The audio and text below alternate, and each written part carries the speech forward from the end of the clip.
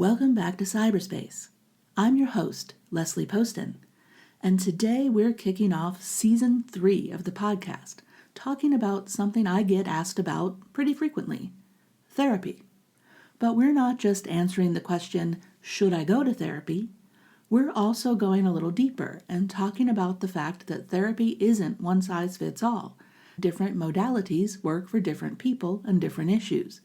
And finding the right match between you, the therapeutic approach, and the therapist matters just as much as just going to therapy. Now, full disclosure, I'm an applied psychologist. Clinical psychology isn't my main research focus, so I've done a lot of research and reached out to a number of my colleagues that work in clinical practice to get this episode just right for you. We're going to cover different therapeutic modalities, talk about who they work for and who they don't, discuss how to vet a therapist, and importantly, how to fire your therapist if their modality or technique isn't working. We're also going to talk about an aspect of therapy that doesn't get discussed enough, in my opinion. Whose knowledge counts in mental health, and how many Western approaches are actually just repackaging what Indigenous, Black, and other marginalized communities have always known about healing. This episode is a little longer than usual. We've got a lot of ground to cover. So let's dive right in. Before we get into specific modalities, let's set some context. Western psychology has a habit of, quote, discovering things that Indigenous, Black, and other marginalized communities have known forever. Body-based healing, Indigenous practices have centered that for millennia. Plant medicine, that's Indigenous knowledge being extracted and commodified. Understanding intergenerational trauma, scholars in non-Western cultures around the world have been talking about historical trauma and its transmission through our bodies and communities long before it became a trending topic in psychology journals. I want you to get to know some names as we move through this episode to help you balance your Western knowledge with cross-cultural information. Resmaa Menakem, who wrote My Grandmother's Hands, is essential reading on racialized trauma stored in the body.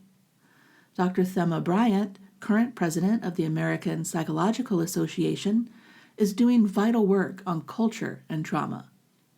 Maria Yellowhorse Braveheart is doing vital work on historical trauma. Dr. Jametta Nicole Barlow, I apologize if I'm saying your name incorrectly, is doing vital work on Black women's mental health and why cultural mistrust of medical systems exists for very good reasons.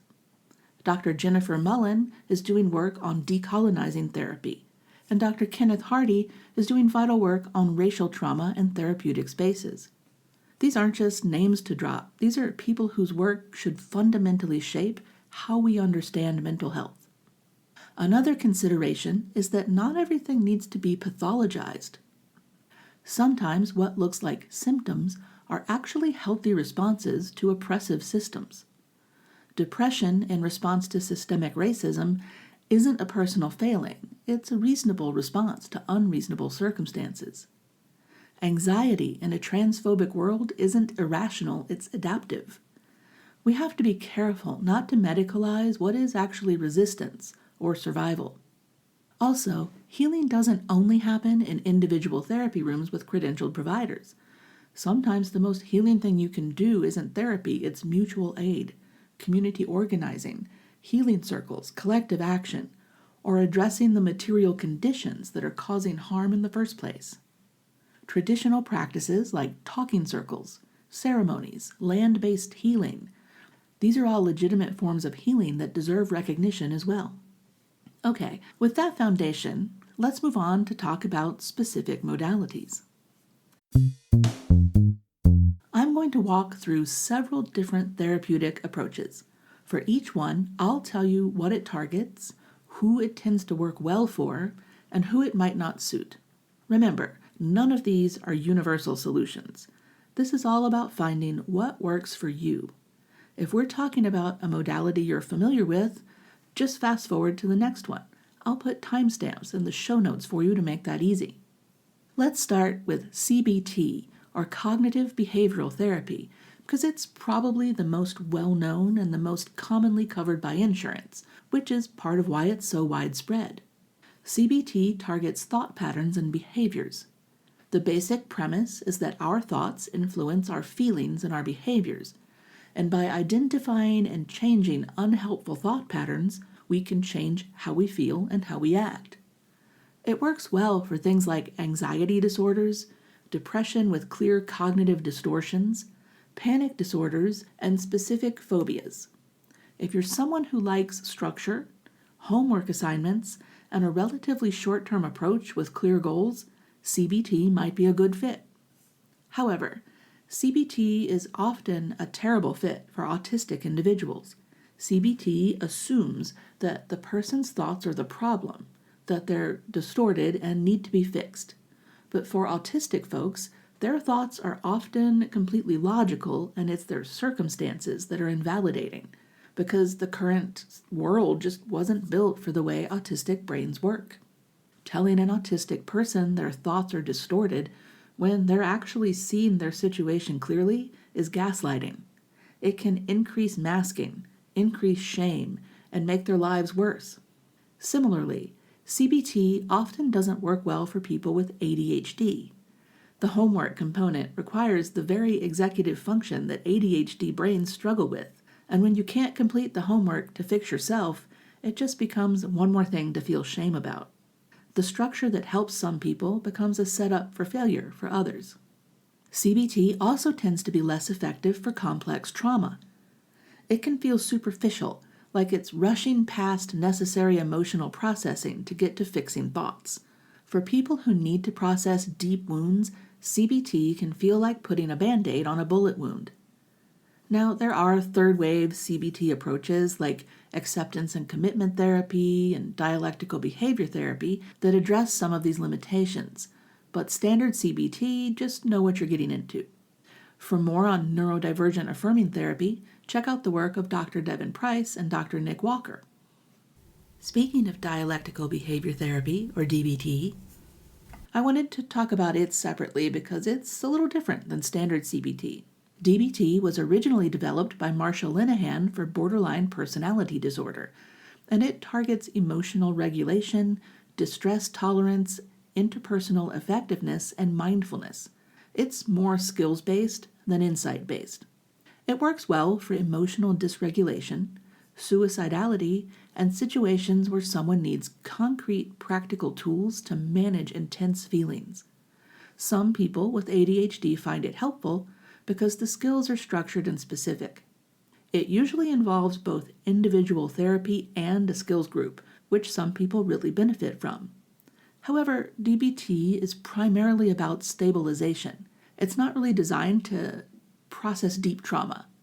It's great for building a foundation so you can eventually do that work, but if you need to process trauma and you're stable enough to do so, DBT alone might not be sufficient. Also, not everyone wants to do group therapy, and that is a core component of DBT. Psychodynamic and psychoanalytic therapy is the name of the lie on a couch and talk about your childhood therapy stereotype. Although modern psychodynamic therapy usually doesn't look quite like that anymore. Psychodynamic therapy targets unconscious patterns, how past relationships shape your present, and deep self-understanding. It's exploratory rather than directive. The relationship you build between you and your therapist is considered part of the work. It works well for people who are introspective, who want to understand themselves deeply rather than just reduce symptoms, and those who have patterns in relationships or life that they want to explore. If you have surface-level stability but deeper dissatisfaction, or if you keep repeating the same life patterns that harm you, this might resonate. It doesn't work as well for acute crisis. This isn't the approach if you're in immediate danger or need rapid symptom relief. It's also usually longer term and can be expensive, so practical constraints matter.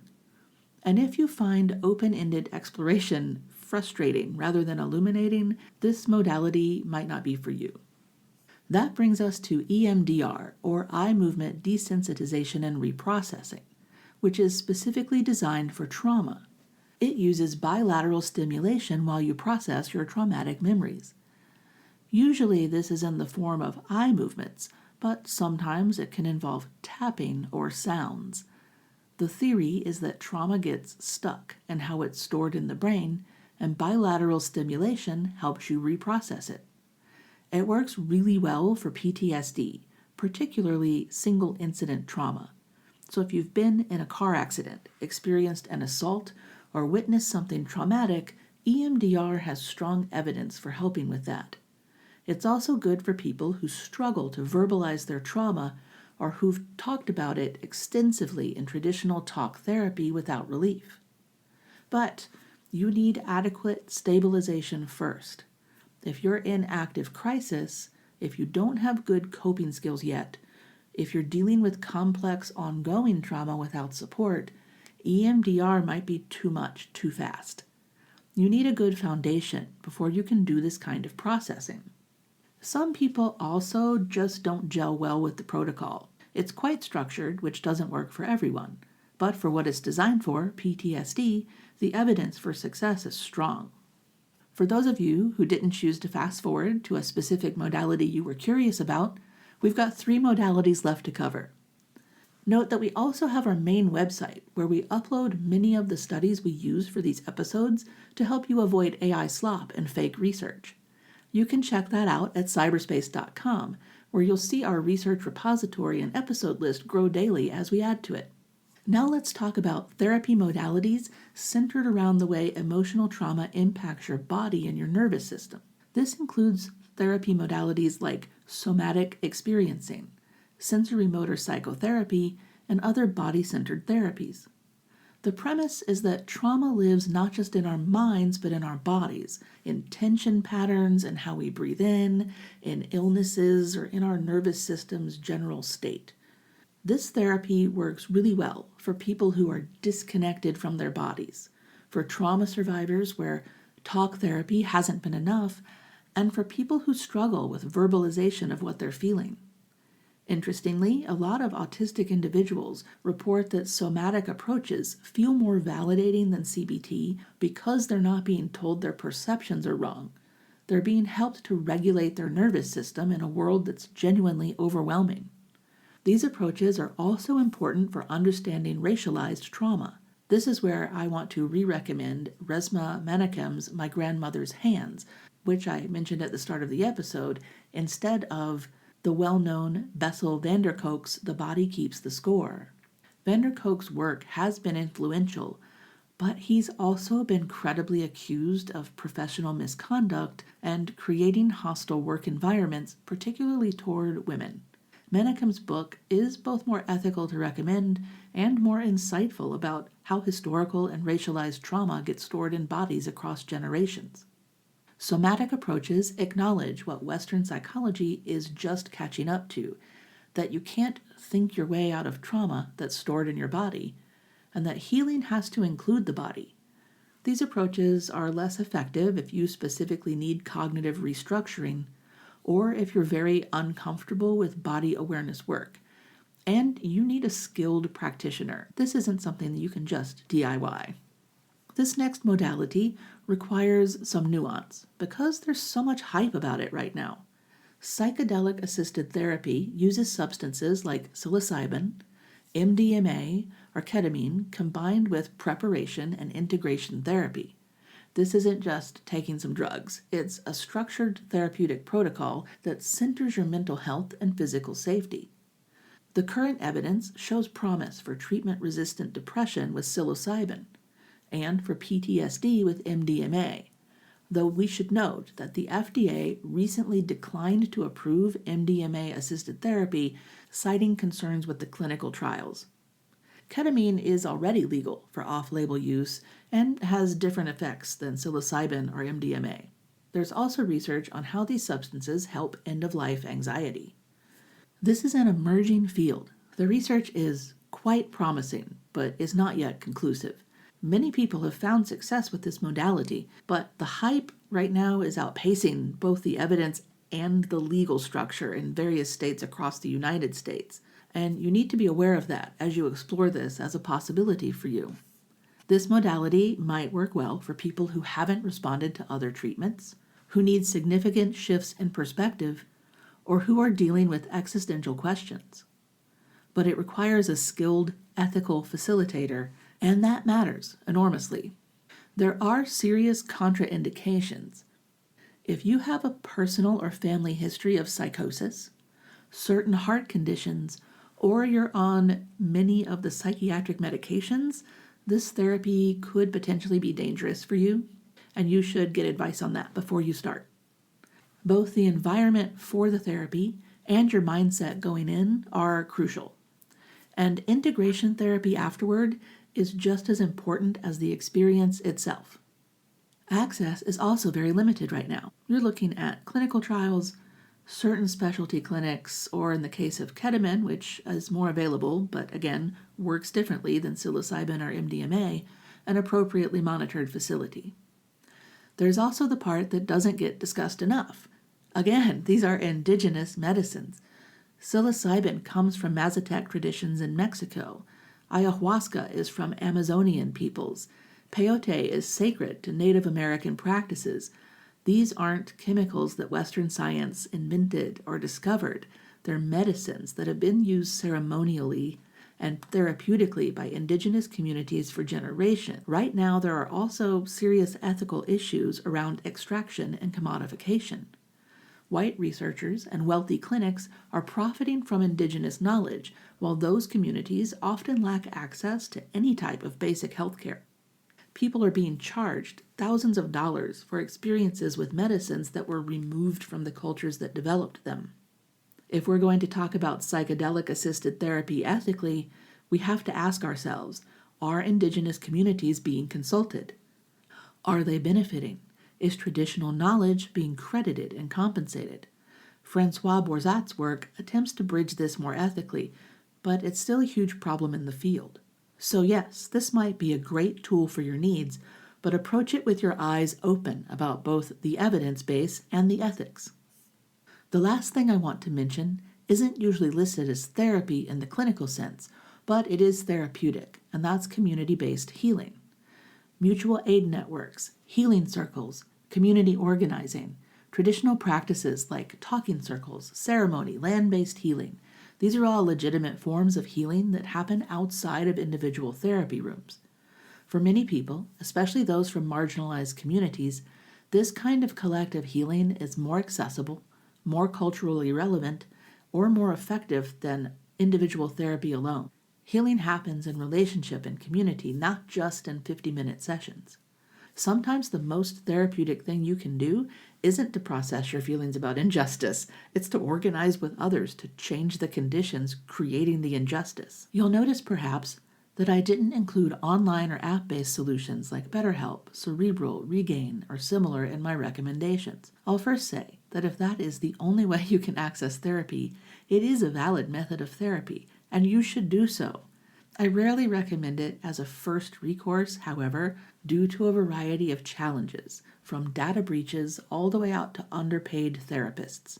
Before choosing an app, if that's how you can access therapy, please do extra due diligence on their data safety practices, how they have handled any past breaches, and how they're preparing for future breaches, whether or not they use AI, how they pay the therapists that are in their network, and how they vet the therapists that are in their network. And just proceed with some caution, but definitely seek the help you need. So, with all of these options, how do you figure out what's right for you? First, think about what you're dealing with. Specific symptoms like panic attacks might respond well to CBT. Complex trauma might need somatic work or EMDR. Emotional dysregulation might benefit from DBT. Relational patterns you want to understand might call for psychodynamic work. And sometimes you need different modalities at different times, maybe DBT to stabilize and then EMDR to process trauma. Consider your learning style. Do you like structure and homework, or does that stress you out? Do you process things verbally, or do you need to work through your body? Are you introspective, or does too much self-reflection spiral you? Think about your nervous system. Are you in crisis and need stabilization first? Are you stable enough to dive right into processing? Do you need help regulating before you can do anything else? And be real about your practical constraints. What does your insurance cover if you choose to go through insurance? And know that insurance often only covers certain modalities, which can create serious access issues. Know what's available in your area and what you can afford. What language do you need? What cultural specificity matters for your healing? Do you want a therapist who consults AI, or do you want to make sure AI doesn't go anywhere near your medical records? The key insight here is that what works isn't universal. It's about what works for you and your body, with your brain, in your specific circumstances right now. And right now might change 6 months from now, and that's fine. So be prepared to try different approaches. That's not failure, you're just gathering information. Now that you've got a sense of what kind of therapeutic approach might help, you need to find an actual therapist. And this is the part that can be most challenging, because a great modality with the wrong therapist doesn't work, and the right therapist using the wrong approach doesn't work either. So before your first session, do some homework. Check their credentials. Are they licensed? And what are they licensed as? LCSW, LPC, psychologist, psychiatrist, all of those mean different things. Do they have specific training in the modalities they claim to practice? Be wary of coaches or unlicensed people claiming clinical expertise. Look at their profile on a site like Psychology Today, Therapeutic, Open Path Collective, or on their own website. Do they make specific statements about populations they serve? Do they list your identities or issues explicitly? Then, and this is important, don't be shy about asking them direct questions in a phone consultation. Good therapists expect this.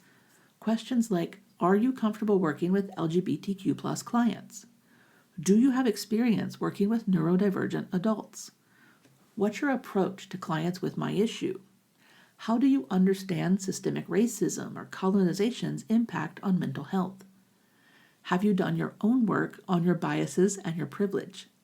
Can we talk briefly about your politics and value system so I can determine how they might impact our work together? If a therapist gets defensive about these questions, that's information for you too. In your initial sessions, you're assessing several other things. Safety. Do they affirm your identities without you having to fight for it?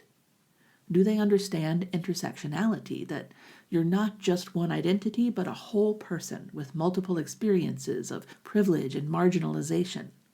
If you're LGBTQ+, do they assume they know your experience, or do they ask you about it respectfully? If you're a person of color, here's a distinction that matters: cultural competence versus cultural humility. Be wary of therapists who claim competence in your culture, like they've mastered it.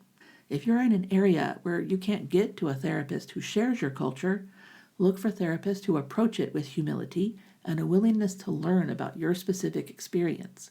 You shouldn't have to educate them or risk harm for their learning curve, but someone who knows they don't know everything is better than someone who thinks they're already an expert. Assess their actual competence. Do they explain their approach clearly to you? Can they tell you why they're suggesting specific techniques for your situation? Do they stay current with research? Are they willing to say, I don't know, or refer you elsewhere if you need something outside their expertise? Evaluate their boundaries. Are they clear about their session structure, fees, and cancellation policies? Do they maintain professional boundaries, not oversharing their own stuff and not trying to be your friend? Do they respect your pace and your consent throughout the process? Looking again at politics in therapy, you don't need to have identical politics with your therapist, but you do need them to respect your fundamental dignity and your reality. If your existence is political, for example, if you're LGBTQ+, if you're advocating for disability rights, if you're invested in racial justice, you're needing a therapist who doesn't debate your humanity. Red flags are therapists who play devil's advocate about your marginalization. Therapists who claim colorblindness or say, I don't do politics when you're discussing systemic issues that directly affect you. Therapists who make you defend your right to exist or to be treated with basic respect. And here's something that doesn't get said enough. If you're Black, Indigenous, or from another marginalized community, being cautious about therapists, especially white therapists, isn't paranoia. It's informed by history, medical racism, the Tuskegee experiments, forced sterilization, Indian boarding schools, forced institutionalization, pathologizing of resistance and survival strategies. Cultural mistrust of medical systems exists for good reason. You're not obligated to give someone the benefit of the doubt or to be the teacher or the test case. Dr. Jamita Nicole Barlow's work on this is essential. Also, trust your gut. Do you feel heard? Or do you leave sessions feeling worse, confused, or like you're performing for them? Your body often knows before your mind catches up. Some clear red flags: therapists who refuse to answer direct questions about their approach or experience, boundary violations like contacting you inappropriately outside of sessions, self-disclosure that serves them instead of you, defensiveness when you raise concerns, pathologizing your identity or your cultural practices, promising rapid cures or guarantees, pushing you faster than you're ready, or making you feel responsible for their feelings. If you see any of these happen, it's time to leave. Which brings us to firing your therapist, because sometimes you need to, and you should know how. When should you consider leaving? If you feel consistently worse after sessions, and I mean genuinely worse, not the productive discomfort of hard work, if there's no progress after 3 to 6 months, depending on what you're working on, if they violate boundaries or ethics, or if you don't feel safe being honest with them, if they're not competent in what you need and won't refer you out, if your needs have changed and they can't adapt, or if you just have a gut feeling that something's wrong, you should trust that. Now, here's an important caveat. Some therapy is uncomfortable. Trauma work is so hard. Confronting patterns is hard, and sitting with difficult feelings is so hard. So how do you know the difference between productive discomfort and harmful therapy? Productive discomfort leads to eventual relief or insight, and you feel like you are supported throughout. You might cry or be challenged, but you don't feel unsafe and you don't feel diminished. Harmful therapy creates shame, confusion, destabilization without adequate support. Growth can be uncomfortable, but you shouldn't feel like you're drowning. So how do you actually fire a therapist? You have options. You can do this over email or message, and you don't need a final session if you don't want one. There are so many ways to write this, but let me give you one example. You could say, I've decided to end our therapy relationship. I appreciate the work we've done together, but I've realized I need a different approach. I won't be scheduling additional sessions. Please send me any final paperwork and let me know the process for getting my records. Key points. You don't owe them a detailed explanation. You can give one if you want to. If it's unsafe or they've been harmful, you can simply stop scheduling and send them a brief message. You have a legal right to your records. If they respond defensively or try to talk you out of it, you don't need to engage further. If you do want a final session, you can change that message to say, I've realized this approach isn't the right fit for me, and I'd like this to be our last session, with a date. Some therapists will use that as an opportunity to explore your decision, but you can decline that. You can also use it to practice advocating for yourself or to ask for referrals to other modalities. A good therapist will respect your decision. If they make you feel guilty, that just confirms that you're making the right choice. All right, let's bring this home. Therapy is a tool, not a moral imperative. It should serve you. The right approach, plus the right therapist, plus the right timing all matters. You have permission to try multiple therapists and multiple approaches. Changing therapists isn't failure, it's taking your own healing seriously. And sometimes healing happens outside therapy rooms entirely, in your community through action and connection. If you're looking for therapists, try Psychology Today or Therapy Den, where you can search by specialty, identity, and insurance. Try Open Path Collective if you need more affordable options like therapists who work on a sliding scale. Try Therapy for Black Girls and Inclusive Therapists for identity-specific directories. Also the National Queer and Trans Therapist of Color Network. Your local mutual aid networks might also have resources. Your healing matters. You deserve approaches and practitioners that actually help you. And trust yourself. You're the expert on your own experience. Thanks for listening to PsyberSpace. I'm so excited to start Season 3 We have got so many great things in store for you. Thanks again for listening. I'm your host, Leslie Poston, signing off. If this episode was helpful, share it with someone who might need to hear it. And until next time, as always, stay curious and take care of yourselves and each other.